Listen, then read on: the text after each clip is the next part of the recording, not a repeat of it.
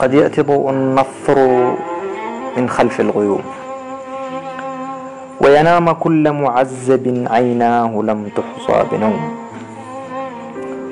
وتعود أطيار البلابل للغصون مجددا، ويطير سرب الحزن من كل البوادي والمدن، وتحاكم الآهات بالسجن المؤبد والمحن، وكذلك الأحزان تنفى للأبد، وتعود أسراب الحمام إلى الوطن، وعراة ظلتنا الصغار يحمموا، والظالمين الناس سوف يحاكموا، والغاتلين بغير حق يعدموا، ويعود موطننا الجميل لعهده، وفيالق العدوان ضده تهزم. الله لو كان الخيال حقيقة لجعلت بلدان العروبة أنجم، وهدمت كل كنيسة موجودة، ومنحت للعرب النصيب الأعظم.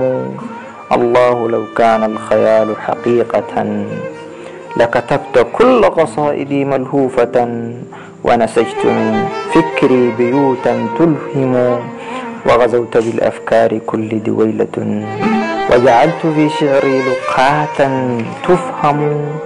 الله لو كان الخيال حقيقة لبنيت للفقراء بيتا فارحا، وشفيت بالنعم الذين تألموا. الله لو كان الخيال حقيقة فغدا سأكتب في سطور قصائدي: إن الخريف على الغصون سيهطل، والخير من قمم السماء سينزل، وربوع غزة بالقتال تحرر.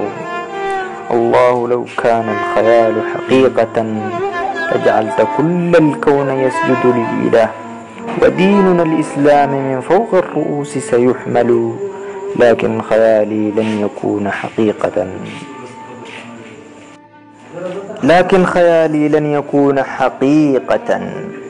وربيعنا العربي سوف يكبل، ونعض عناب الأيادي حرقة، كيف العروبة في الحنايا تقتل؟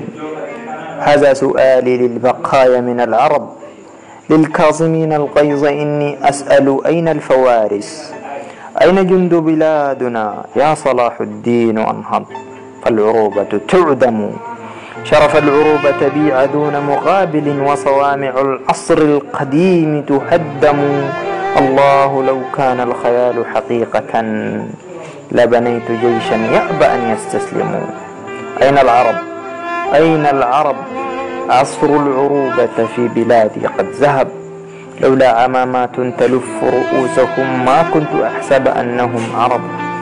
الله لو كان الخيال حقيقة، الله لو عاد الربيع مجددا، لكنه ماط الضمير، ونفوسنا قد ارتضت هذا المصير، أن تصبح الأعراب في الترك الأخير. مات الضمير، مات الضمير. شكرا على حسن الاستماع. كان معكم الشاعر عباس بالزم العيب الحبيب، وأتمنى من كل قلبي أن تحرر فلسطين، وأن يعود العرب إلى ما كانوا عليه من قبل.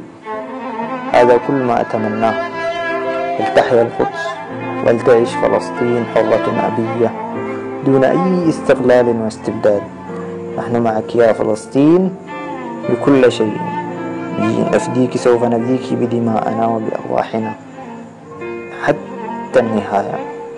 لكم شكري مجددا، والسلام عليكم ورحمة الله تعالى وبركاته.